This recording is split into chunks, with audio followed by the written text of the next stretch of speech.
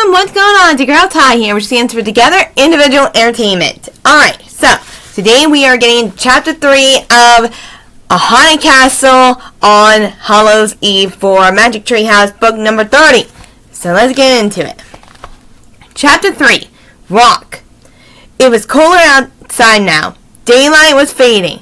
Quickly, the wind had picked up. A grand adventure for us, eh? Said Teddy. Yes, said Annie. Jack was excited too, but he had lots of questions as Teddy started off through the oak forest. Jack hurried to keep up. What do you think our mission is exactly? He asked. Merlin said we should bring order to the castle, said Annie. Perhaps he wants us to mop up the floors and wash the dishes, Teddy joked. And make the beds, said Annie. She and Teddy laughed. Our mission has to be harder than just doing chores, said Jack. What about the Tunnel of Fear? Oh, you need not to be afraid of fear, said Teddy. I know magic, remember? Teddy, didn't you know any magic before you met Morgan and Merlin? Asked Annie. Indeed. My father was a sorcerer, Teddy said, and my mother was a wood sprite from the other world. That is so cool, said Annie. They crushed through piles of dead leaves. A gust of wind shook the tree branches. Golden oak leaves spun to the ground. Jack's thoughts were spinning too. Merlin in the heart of the oak sorcerers, wood sprites, none of these things would ever make sense back in Frog Creek. At last, Teddy led them out of the forest and into a clearing. Halt, he said. They all stopped. Walking beyond the clearing was a small village and thatched roof cottages. The cottage windows twinkled. With candlelight chimney, smoke rose into the dusky sky. Teddy held up his lantern. Onward, he said. They went down a dirt path that passed through the village. Several children in ragged clothes peeked out their front doors. Greetings, called Teddy. Can you tell us how to get to the castle of the Duke?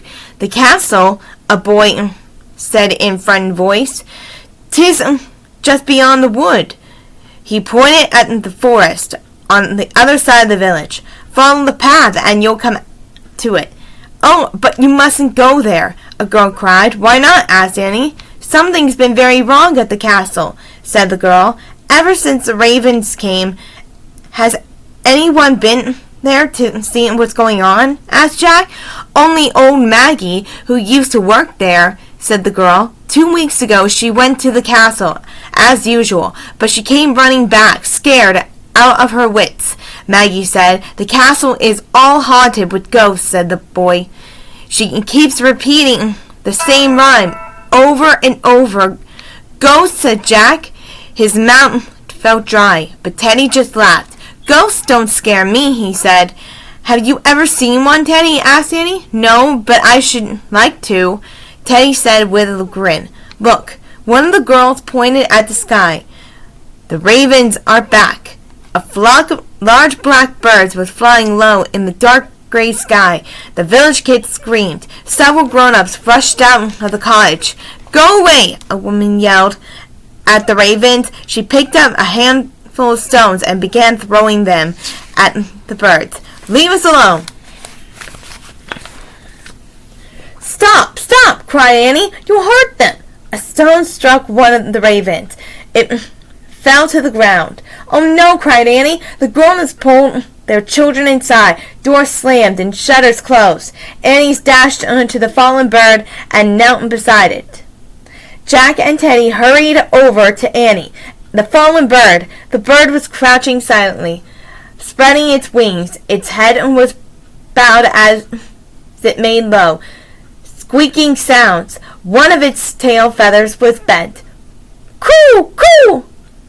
Teddy said loudly. He looked at Jack. I once journeyed to the Isle of Birds to study their language, he said. I learned a bit of dove, but no raven. Don't worry, said Jack. Annie talks to birds and animals in her own language. Look at that. Even when people say these ravens are attacking and stuff, Annie is so kind and generous. I love that about her. I'm sorry for what they did to you, Annie.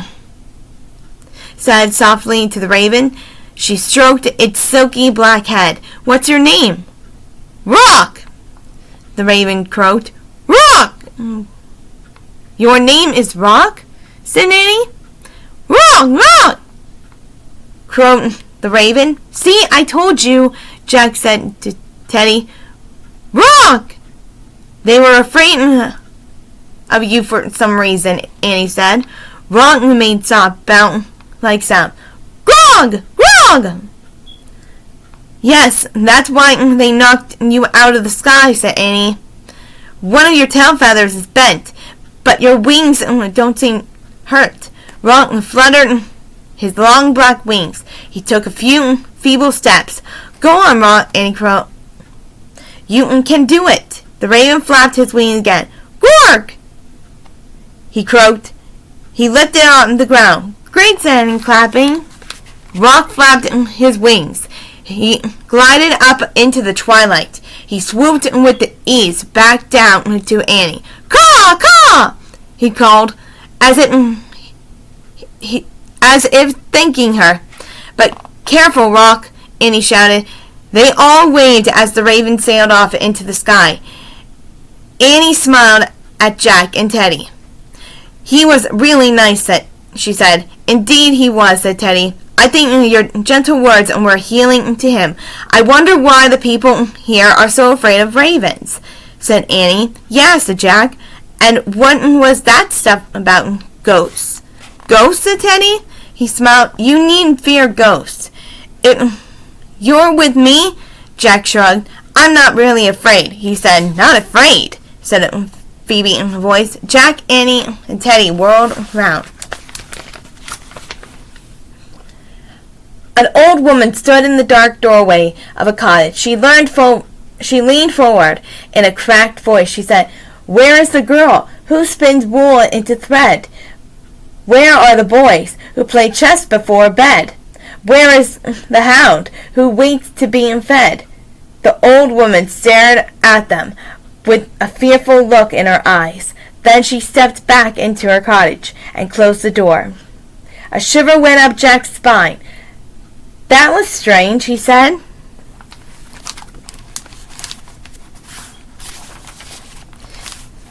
She must have been old Maggie, who worked at the castle, said Annie. I wonder what she was talking about. I don't know, said Teddy. Then he grinned. But she was good at rhyming, eh? Jack nodded. Indeed she was, he said softly. Let's hurry along, said Teddy. Night comes fast upon us. Leaving the cottages behind, the three hurried on the gathering dark. They left the village and followed the path through the woods. Teddy held up his lantern to lighten their way. The wind blew the branches of the trees, making them whisper in the chilly autumn night. When they finally came out of the woods, they all gasped in wonder. Oh man, said Jack, towering before them in the moonlight, where the walls of a huge stone castle.